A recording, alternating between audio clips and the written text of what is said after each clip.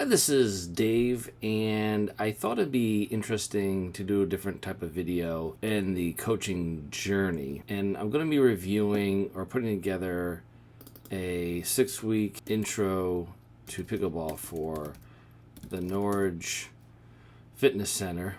I'm going to be teaching a couple of 6-week courses there. One of them is Intro to Pickleball. And I thought it'd be kind of interesting to have a video on this process. And so I actually received a template from another coaching buddy of mine. I've taught Intro to Pickleball only in a day, not in 6 weeks, an hour per week. So this is a little bit different. So we're going a little bit uncharted territory.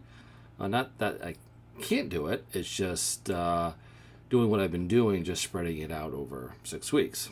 And so that's what I'm going to be doing today. Objectives of the Intro to Pickleball. These are the things that were in the previous version of the template, or we want to call it, I just received from my coaching buddy. And so I think these are pretty good. So lesson 1 here, this is their first week. And I've kind of played with this already a little bit. I changed things around, which I tend to do. So even though I received the foundation for lesson per week, as you see, lesson 1, 2, and through 6, an hour in duration each. I still tweak it to make sure it's aligned to my coaching style and what I want to accomplish and achieve. And so again, this is Intro to Pickleball. So these are players that either have never picked up a paddle before or have played maybe once or twice and don't know how to play the game. And so my challenge is trying to extrapolate that 1-day course that I give and then trying to break it out into 6 weeks. Okay. So the first lesson here is introduction, introducing themselves, their names, what town they're from, have they played pickleball before, do they hope to get out of the program, some stretching and safety. I like to go over safety things, such as making sure that you're not swinging the paddle when people are around, if there is a ball rolling onto another court, that you're letting the other players know that, or if there's a ball or balls around your feet, that we're not playing or stopping to make sure that we're removing those potential hazards, because we don't want people to fall.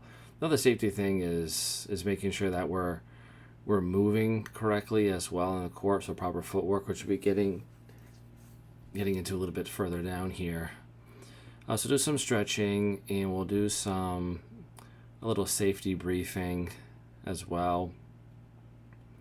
Then I'm thinking after that we'll get into paddle bounces. So that's essentially taking your paddle, and you have the ball, and you're just kind of popping the ball up and down, and why I'd like to do that is, one, it promotes hand-eye coordination, so we want to work on that. And also, it allows everyone to get a feel for the tactile feel of that ball, of the plastic, essentially wiffle ball, pickleball, hitting the paddle, and how it feels like, and how much power is necessary, or how much power is needed to generate some pop off that paddle to get that ball to go high in the air, and how hard you hit it. Obviously, the higher the ball goes, and that will eventually translate into how hard you hit the ball to go over the net as well. So we'll do introduction 5 minutes, stretching, safety 5 minutes, paddle bounces 5 minutes, and I want to incorporate a game as well, because in the early going of the Intro to Pickleball program, especially this first or second lesson, we're not going to be getting into actual playing a pickleball game. It won't be ready just yet. And so I do want to give some level of competition, because people like competition. And so I do want to make sure I'm incorporating that as well. And so a basic game, kind of game within the game, if you will, or a game within the drill, I should say. So paddle bounces, we can do something when everyone's hitting the ball up in the air. We can see who can keep the ball going the longest without letting the ball drop. And that's something fun that we can do. Then getting into some of the basics. Paddle grip, right? How you're holding that paddle. Going to be doing a continental grip. The ready position, so making sure that our body's in the right proper ready position. And movement, so proper footwork we want to make sure we're working on. This is kind of also important for the safety aspect as well, because we want to make sure people are moving in the most efficient and safe way possible. So one of the things that you want your students to do is make sure they're not crossing their feet, but they're rather shuffling. And also, we don't want them backpedaling as well. We want them to open their bodies and shuffle backwards, right? It's very important that they're not backpedaling, especially, I think most of these people I'm going to be teaching are probably more seniors, so older folks that may not have all the coordination that's required to look up the ball, try to focus on the ball, focus on moving backwards. We just want to make sure that we're keeping this safe and fun. We don't want to send anyone to the hospital, right? So after we do that, so it's about 10 minutes. So grip the paddle, probably do something like the handshake, right? You hand someone a paddle with the grip out or grip towards them, and you tell them to pretend you're giving the paddle a handshake, and that's the proper continental grip. Go over ready position. Have everyone also get in that ready position with your I said feel shoulder width, feet shoulder width apart, knees slightly bent, paddle out in front. Down the balls to your feet. That's a good athletic position, so you can move around the court in a safe and controlled and balanced way. And the movement is the proper footwork. Again, we just talked about that.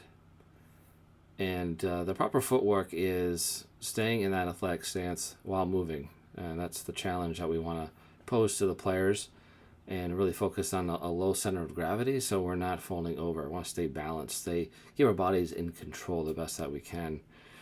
So once we do that, I'm thinking that'll be about, I would say 10 minutes to go through those 3 items. And then we do something called throw pickleball. It's a paddle-less collaborative game where one person, you have 2 people, they're partners. They're on either side of the net at the kitchen line, and they're tossing the ball over. And the point of it is to move their feet and get in position to catch the ball about waist high out in front of us, where we actually want to be hitting that ball when we're actually playing. And so we'll be doing that for about 5 minutes. Going over the non-volley zone information. I don't want to overwhelm the players with too much information, because too much information is information overload, and they feel like they're just getting too much, and they're feeling overwhelmed. I don't want to give that sense of overwhelmment. Is overwhelmment a word? I don't know, but I don't want them to be overwhelmed. So just basic information. I even probably work in there a little bit about the court and the dimensions, just something basic, which is really not important at this very stage, but still you want to provide some information so they kind of start to put the puzzle pieces together of the game, even if it's at a high level, but just introducing some things. So we'll go to the non-volley zone. The reason why we're doing the non-volley zone information and talking about the kitchen and how you can't volley in it and what situations can you step in the kitchen is because we're going to be doing some dinking right after. So that throw pickleball is really setting up the basic movement from moving left to right, and also getting that hinge motion as well with your shoulder. And so we'll get into the biggest portion of this is actually the dinking part of this. And I was toying with this. I wasn't sure if I wanted to actually do dinking. This was part of the template, because dinking, this is my thought process, is that the dinking is really not something that a beginner is going to be doing. But then I kind of realized, and I was trying to think through what the logic of this is and why my coaching firm would actually have this up front. And the conclusion I came to is that the reason why dinking is a good exercise at this particular junction, this first lesson, is that it's a softer shot that they can control more easily and aim better, as opposed to hitting baseline to baseline and really trying to teach a ground stroke at this point. The dinking keeps it simple. It keeps them engaged in the sense that they're not going to get discouraged because they're just tapping the ball over, so it's a softer shot. So if I think from that perspective, it makes a lot of sense why you wouldn't mind starting with dinking. It also allows you to help them with movement from left to right and not so much forward and back, because there are more controlled shots from their partner. So there's a lot of benefits in actually dinking. Even though they may not be dinking in a game, it does help them to prepare for the movement and how to get proper paddle position. All those different things that you can really tie into that in a very controlled, smaller space, as opposed to expanding them out to the baseline and baseline. And the last thing that he has here is homework. I guess I probably will maybe use this, the homework for this lesson one, or even all the lessons have homework. But I would probably say, it says here, practice the ready position in the mirror, hitting a ball up and down on the paddle to yourself. That's that paddle bounce, actually. Coincidentally, that's the paddle bounce I was just talking about. I added watch some pickleball on YouTube. I think watching really great players and seeing how a pro does it, even though you're not going to be playing like a pro, at least you're getting good examples of what pickleball looks like and how it should be played, even though they won't be, or probably will never be, at that level. Just like if you're coaching a basketball team, a youth basketball team, you say watch the NBA or WNBA, and it really gives a good example of what to do. So that's lesson one. I think I'm pretty buttoned up here.